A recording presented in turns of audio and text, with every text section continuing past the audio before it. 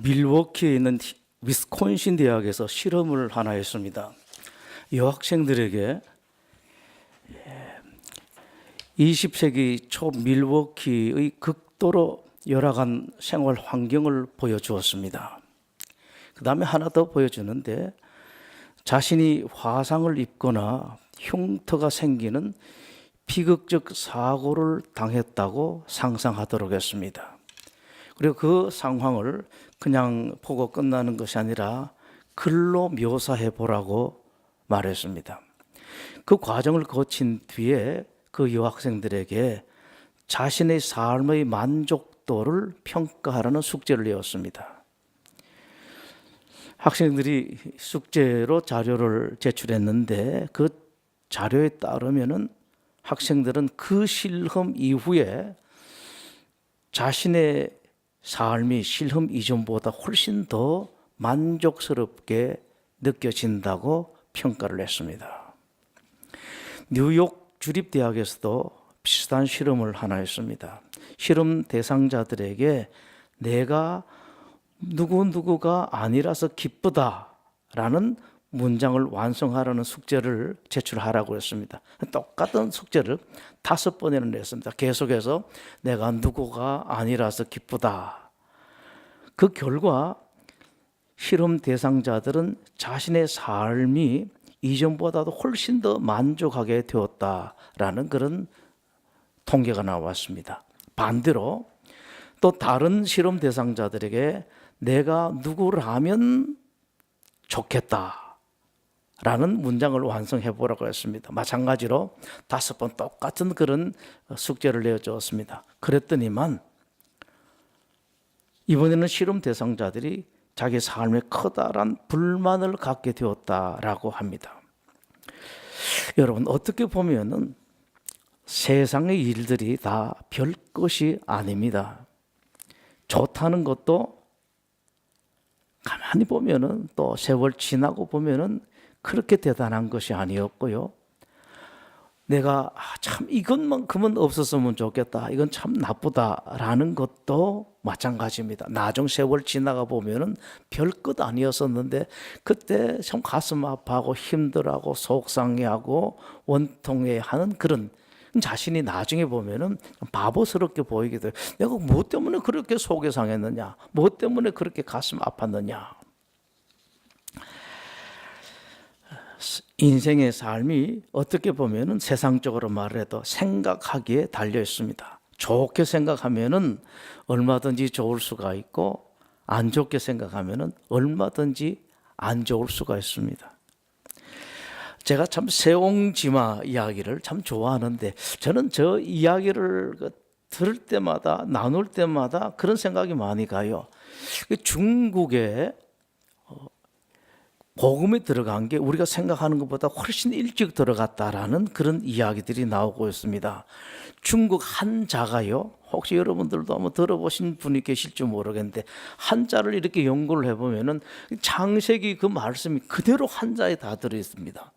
그 한자가 언제 만들어졌는가 하니까 아주 오래전에 만들어졌거든요. 근데 거기 보면은 성경 말씀이 아주 구체적으로 많이 들어있습니다. 그래서 저는 세옹지마를 참 나누기를 좋아하고 여러 번 나눴는데, 나눌 때마다 생각이 나는 것이 이분이 정말로 기독교인 같다라는 그런 생각이 들어가는 겁니다. 기독교 복음을 가지고 있다 하면 다시 한번 나눠봅니다. 노인이 기르던 암말이 오랑캐 땅으로 도망을 갔습니다. 상당한 재산이 날아갔죠. 사람들이 많이 위로를 합니다. 참 얼마나 힘드십니까? 라고 하니까 그 노인이 한다는 말이, 말 잃은 것은 저에게 말이 있었기 때문에 그런 것이 아닙니까? 말이 없었다면은 그런 일도 없었을 텐데, 말을 가지고 있다가 보면은 그럴 수도 있는 것 아니겠습니까? 여러분, 이게 참 좋은 말이에요. 뭐 결혼하다 보면은 그런 일이 있을 수 있고, 자식이 있으면은 그런 일이 있을 수가 있죠. 그것까지 생각해야 되는 거죠. 도망쳤던 암말이 훌륭한 수컷 한 피를 데리고 다시 돌아왔습니다. 사람들이 좋아서 축하하고 합니다. 노인, 앞말을 지난번 읽지 않았더라면 어떻게 순말을 얻을 수가 있었겠습니까? 그렇게 좋아하는 모습을 보이질 않았습니다. 노인의 아들이 그 순말을 타고 놀다가 말에 떨어져서 다리가 부러졌습니다. 완전히 장애인이 되었습니다. 사람들이 많이 위로를 해줬습니다. 그 노인 말 똑같습니다. 제가 순말을 얻지 않았으면 내 아들 다리가 어떻게 부러질 수가 있었겠습니까? 크게 마음 아파하지 않았습니다. 전쟁이 터졌습니다. 많은 젊은이들이 전쟁터로 불려나가 목숨을 잃게 됩니다. 노인의 아들은 다리 부러진 장애인 덕분에 전장에 나가질 않았습니다. 목숨을 건질 수가 있었습니다. 사람들이 또 부러워하죠. 노인 왈, 아들 다리가 부러지지 않았더라면 어떻게 그런 특혜를 드릴 수가 있었겠습니까? 여러분, 문제는 마음입니다. 마음을 어떻게 쓰느냐에 따라서 인생이 달라집니다. 관점을 어떻게 가지느냐에 따라서 우리가 불평할 수도 있고 원망할 수도 있고 또 다른 관점으로 보면은 한없이 감사하고 만족할 수가 있습니다. 행복할 수가 있습니다. 별것 아닌데 어떻게 보면은 만족하는 사람은 만족하려고 내 몸이라는 기계가 그렇게 만들어진 것 같기도 하고요. 불평하는 사람들은 아무리 좋은 걸 해봐야 좋을 때는 잠시고 조금 시간이 지나고 나면 또 불평하려고 사람 기계가 만들어진 것 같다라는 그런 생각이 많이 듭니다. 이런 말이 있을 정도입니다. 실제 가난은 가난하다라는 마음이 먼저 있고 나서 그 다음에 닥쳐온다. 아주 괜찮은 말이죠. 근데 여러분 어떻습니까? 일반적인 사람들의 마음은 좋은 마음, 긍정보다는 부정이 많습니다. 밝음보다는 어둠이 더 많아요. 이 시간에 여러분들 스스로를 한번 짚어보시죠. 지금까지 내가 살면서 감사가 더 많았는가? 불평이 원망 많고 불만족한 것이 더 많은가? 이런 1년에 한 번씩 돌아오는 이런 계절에 우리를 아주 정직하게 그리고 겸손하게 한번 돌아볼 필요가 있습니다. 감사 계절이 되는데 이렇게 바치고 또 헌금 바치고 하는 그 자체 사실은 의미가 없잖아요. 우리 하나님께 따로 감사합니다. 어쩌면 하나님께서 가장 여러분들 보고 기뻐하시는 것은 여러분들이 헌금을 하시고 뭘 하고 이렇게 하는 것보다도 하나님 제가 이 기회를 통해서 지난번보다도 정말로 감사하게 되었습니다. 인생이 바뀌는 거죠. 이게 없다면은 그냥 지나간다면 하나의 행사 불구하고 그 바리새인이나 옛날에 그 서기관들이 하던 그 행위에 지나갈 뿐입니다. 나는 어떤 사람인가? 나는 현재 나를 볼 때에 왼쪽이 더 많은가 오른쪽이 더 많은가를 생각을 해보시고 여러분들 한번 그러면은 오늘 이후로 나는 어떻게 살아갈 것인가 한번 결심도 해보시고 다짐도 한번 해보시는 것이 참 좋을 겁니다. 일반적인 인간 마음은 긍정보다도 부정이 많고 만족보다는 불만족이 많고 감사보다는 불평이 많습니다. 좋았던 기억은 잠깐이고 나빴던 기억은 오래갑니다. 이거 참 불행이에요. 구약에 보면 그거 있습니다. 하나님의 노여움은 잠깐이고 하나님의 은총은 오래오래 간다. 참 좋은 말씀이죠. 하나님 말씀이신데요. 성경 말씀인데 하나님 그러서 왜 예수님 믿는다고 하면서 우리는 이것 잘 안 닮는가? 아니, 닮아가야 되는데 부디 여러분 닮으십시오. 닮아가는 겁니다. 하나님 닮아서 화낼 때는 잠깐 속상한 금방 하고 말아버리고 돌아서면은 감사하고 좋게 생각하고 내가 받은 것 못 받은 것 생각하지 말고 받은 것에 대해서 감사하고 어떻게 보면 인간 자체가 참 못난 존재다 참 못났다라는 그런 생각이 들게 합니다. 그런데 성경에 이것을 뛰어넘은 위대한 어른이 계셨습니다. 오늘 본문 글을 쓴 빌립보는 옥중서신이라고 우리가 말하죠. 옥중에서 이 편지를 쓴 사도 바울입니다.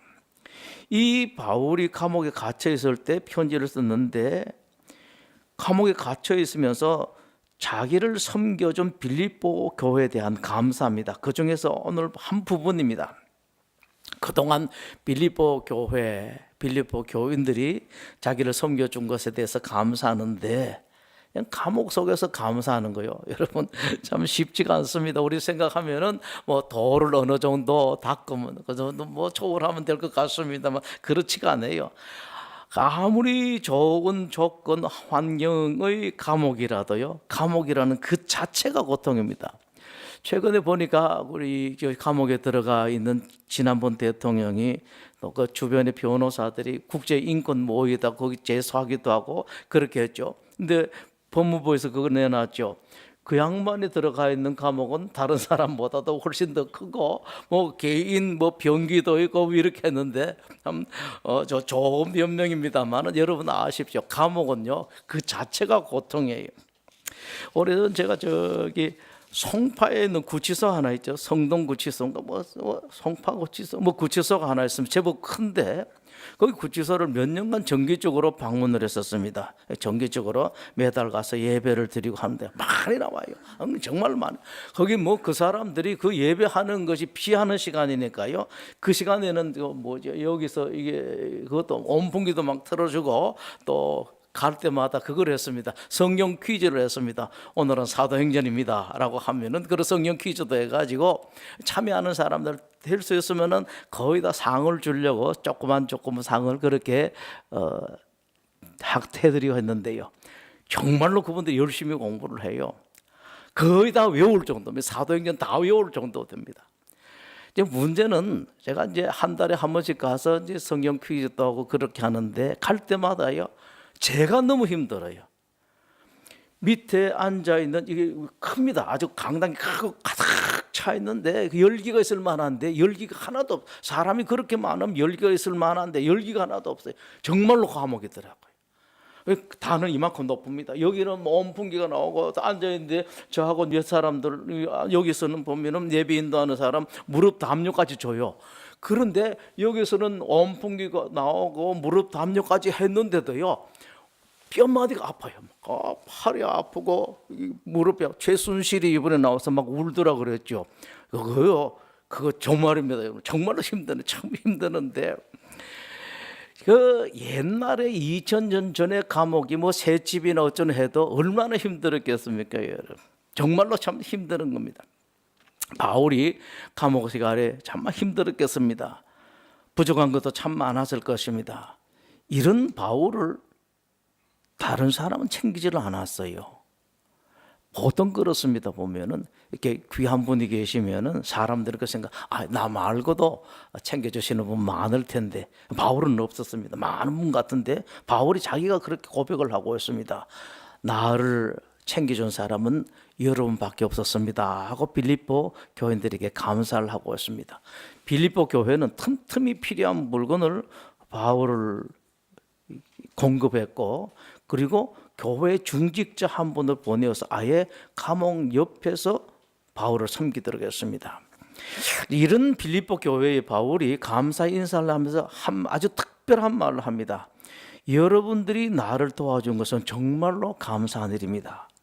그러나 사실 나는 아무 것이 없어도 어떤 형편이든지 만족하기를 배웠습니다 라고 말합니다. 이 자칫 잘못하면 시험 들 수가 있죠. 여러분들 그렇게 도왔는데 나 없어도 됩니다라는 이런 소리인데 편지를 읽으면 저런 정말로 너무너무 감사하는 게 보입니다. 그런데 여러분 나는 그런 것 없어도 얼마든지 감사할 수가 있습니다.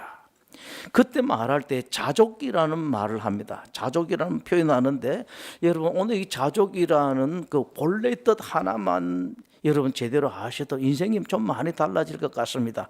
헬라 원어로 아우타르케스라는 말을 쓰는데요. 이건 이렇게 할 수 있습니다. 모든 조건에 내가 완벽하게 맞출 수 있는 내 마음. 이 아우타르케스라고 쓰는데 그 말을 쓰고 있습니다. 그러니까 나는 이런 일이 있을 때 감사하고 만족하고 기쁘고 행복한 것이 아니라 어떤 일이 있든지 간에 내가 그 조건에 맞춰 나간다는 겁니다. 보면은 우리 영어로 어떤 계약을 할 때 보면 컨디션 2라는 말을 씁니다.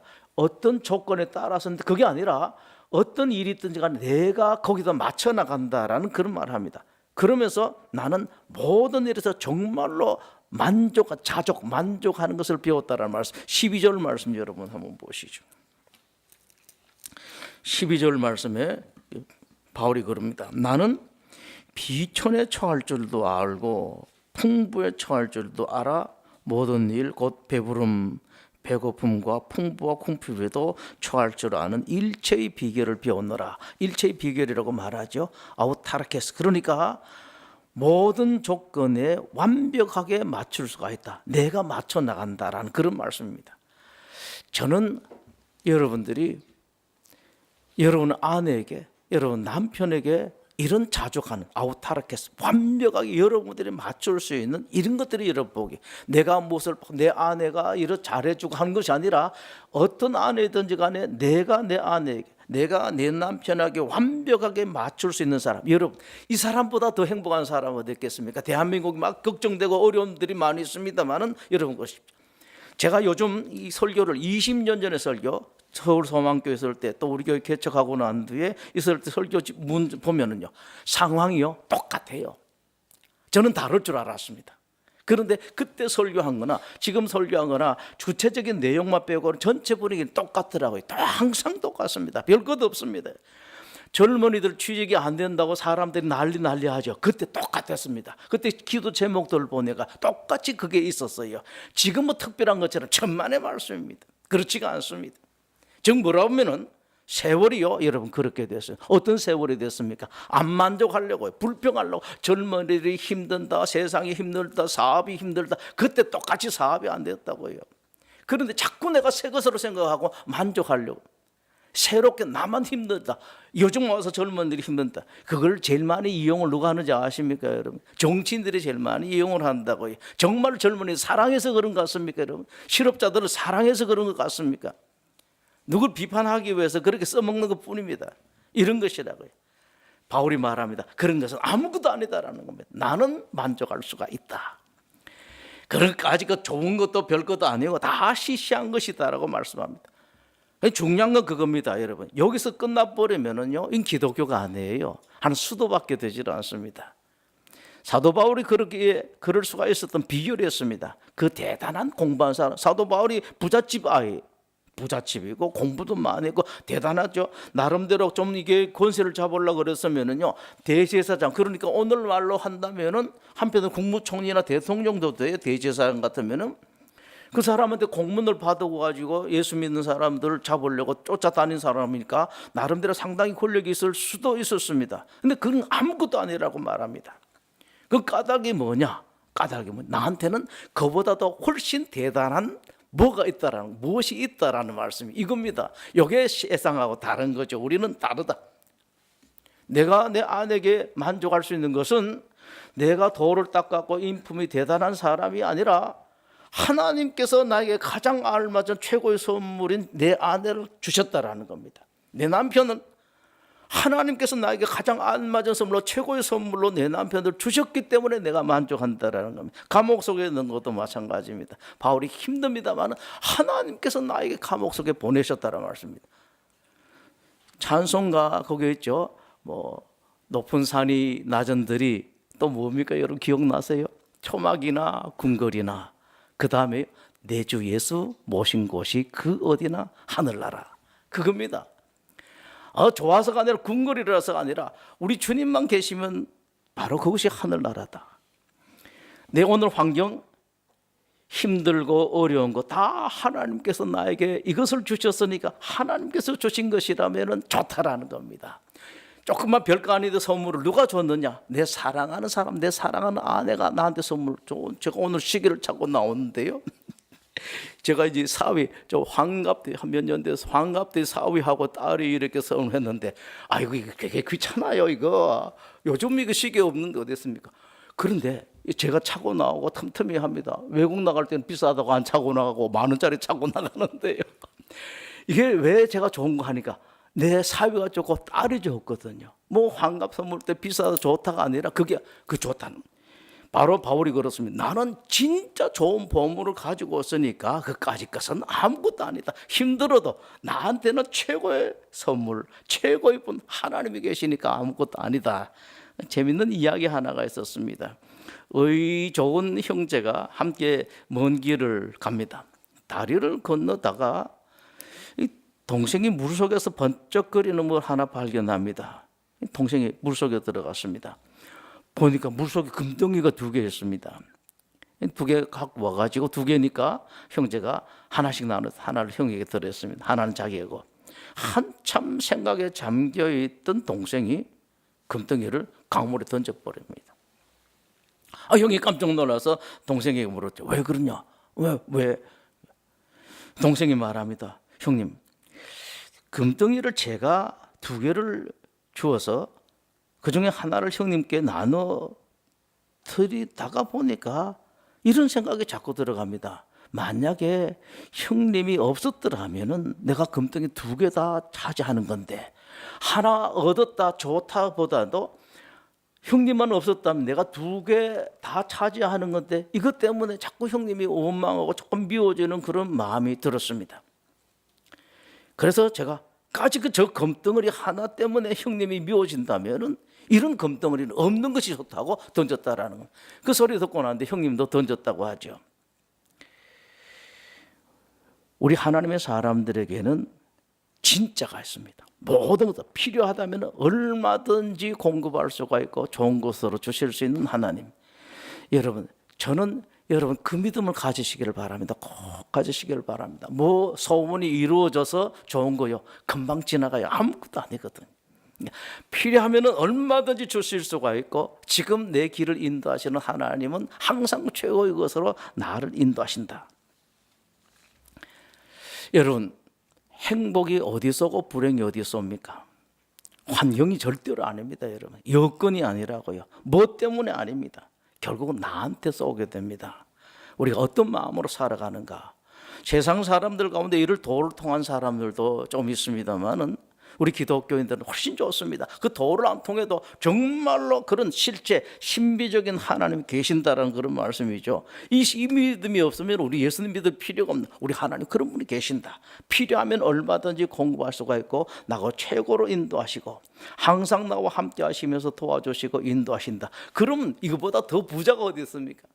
부자들이야 돈 관리하려고 힘씁니다만, 여러분들은 이 믿음이 있고 하나님께서 정말로 그 믿음을 보시고 여러분들 은혜 주실라 치면은 아무것도 관리할 필요도 없습니다. 필요할 때마다 하나님께 공급하시니까 이런 사람 진짜 배부른 사람, 부자거든요. 산상수훈에서 우리 기독교 최고의 가르침을 예수님께 주셨습니다. 팔복적 첫 번째, 심령이 가난한 자는 복이 있나니 말씀하셨죠. 이 뭡니까 여러분? 나는 아무것도 없다. 나는 내가 할 수 있는 것도 아무것도 없다. 그러나 나는 아무것도 없어도 나에게는 모든 것을 언제든지 필요할 때마다 공급하실 수 있는 하나님이 있다. 나는 아무것도 못해도 나가 필요할 때마다 언제든지 내 대신 일하시는 하나님이 있다. 심령이 가난한 사람은 사실은요 최고의 부자라, 최고의 행복한 사람이라고요. 이게 기독교입니다. 기도하겠습니다. 하나님,